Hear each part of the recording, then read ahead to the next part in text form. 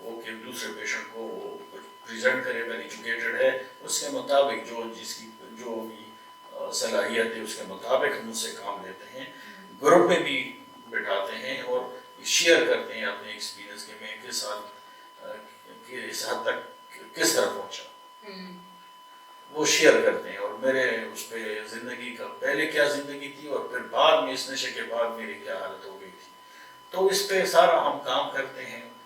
اور پھر مطلب جو یہ سارا جو ایک پلیجریبل ایکٹیویٹی، مطلب ایک یہ ہے کہ نا کہ یہ جو نشہ ہے یہ سکون کے لیے وہ لیتا ہے لیکن اٹس انہیلدی، ہارمفل ہے صحت کے لیے اور ذہن کے لیے۔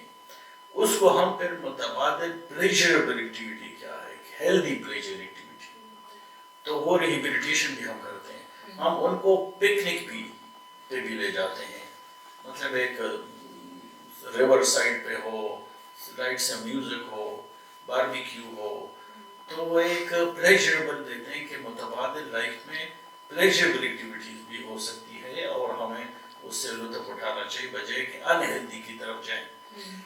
تو وہ سارے پروسیس سے ہم اس کو گزارتے ہیں اور آخر میں پھر یہ کہ ریلیپس پریونشن، کہ دوبارہ اس کی طرف نہ جائیں، تو وہ پھر اس کو سمجھاتے ہیں کہ تم مثلا ایک لڑکا اے ہے، ایک بی ہے، ایک پڑھتا بھی ہے، گھر بات بھی سنتا ہے، اپنی جو پیئر گروپ بھی صحیح رکھتا ہے، نشے والے لوفروں سے لڑکوں سے دور بھاگتا ہے، اپنی کیریئر پہ فوکس کرتا ہے، مقام تک پہنچتے اس کی زندگی کیسی ہوگی۔ ایک لڑکا ہے وہ پڑھتا بھی نہیں، لڑائی کرتا ہے، اسکول سے بھاگتا ہے، نشوں کی طرف، لوفروں کی طرف، نہ کام ہے، نہ ایجوکیشن ہے، نہ ہنر ہے، نہ کچھ سیکھتا ہے، تو اس کی زندگی کیا ہوگی؟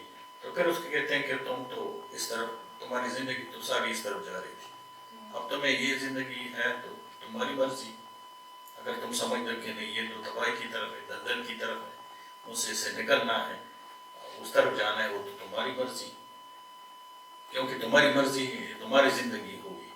تو وہ ہم اس کو مطلب ایک کوشچن دیتے ہیں اور مطلب کہ خود سوچے، خود اس نتیجے میں پہنچے کہ مجھے اس سے نکلنا ہے اور ایک اچھی زندگی کی طرف جانا ہے۔ ہم نصیحت نہیں کرتے، ہم اس کے سارے ڈائنامکس کو اس پہ ڈسکس کرتے ہیں، اور پھر جب یہ ہو کہ جب وہاں سے ڈسچارج کا وقت آ جائے تو اس کے ساتھ بھی سیشن کرتے ہیں اور فیملی کے ساتھ بھی کرتے ہیں الگ، اور پھر کمبائن بھی کرتے ہیں۔ اور میرا تو یہ طریقہ ہے کہ میں کہتا ہوں کہ 2 مہینے تک یہ گھر سے باہر نہیں نکلے گا، اس کے 6 مہینے تک اس کے جیب میں پیسہ، موبائل، ماچس، سگریٹ نہ ہو۔ اگر باہر 2-3 دن باہر نکلنا ہے، واک کرنا ہے، آؤٹنگ کرنی ہے، پکنک، تو اکٹھے جانا ہے، اکٹھے آنا ہے۔ اس کے بعد جاب پہ آنا ہے تو پک اینڈ ڈراپ پہنچاؤ ہو، وہ مطلب جائے اور پھر اس کو لے کہ ہر اس کو میں کہتا ہوں کہ تم یہاں پہ گرفت میں گراس میں تھے، اس گرفت میں تھے، تم اس سے نکل آئے ہو، تو خود کو دور رکھنا ہے۔ ہر وہ چیز جو تمہیں اس طرف لے جاتی ہے، تم اکیلے نکلو گے، تمہارے پاس سگریٹ ہوگا، تمہارے پاس موبائل ہوگا، دوست کی کال آئے گی، وہاں سے گزرو گے، ان لوگوں سے ملو گے، تو پھر پہنچ جاؤ گے۔ تو تمہیں دور رکھنا ہے، اگر تمہیں تڑپ بھی آ جائے، عرش بھی آ جائے، لیکن تمہاری رسائی نہ ہو۔ میں کہتا ہوں کہ یہاں پہ ہم جو آپ کا علاج کرتے ہیں اپنی یونٹ میں، تو وہ سب کچھ محنت کرتے ہیں، لیکن ایک فائدہ بڑا یہ ہے کہ یہاں کا ماحول کنٹرول ہے، تمہاری رسائی نہ نشے کی طرف ہو سکتی ہے، نہ کوئی نشہ تمہیں لا سکتا ہے، ٹھیک ہے؟ تو اس پہ پھر ہم کہتے ہیں، اور آخر میں ان کو کہتا ہوں کہ یہ تمہاری زندگی ہے، اس وقت تم سمجھ نہیں آ رہی تھی تمہیں، اب تم سمجھ گئے ہو، اس سے نکل آئے ہو، ماں باپ نے اتنی مطلب سارا کچھ آپ کے ایڈمیشن کا بندوبست کیا، ہم نے پروفیشنل ہیلپ کی، اب تمہاری مرضی ہے، تمہاری زندگی ہے، کس طرح گزارو گے۔ میں سادہ مثال دیتا ہوں کہ سپوز ایک ہارس ہو، وہ تم لگام سے پکڑو گے، سمندر تک لے جاؤ گے، لیکن زور سے پانی پلا سکتے ہو؟ نہیں، زور سے نہیں پلا سکتا۔ تو میں نے کہا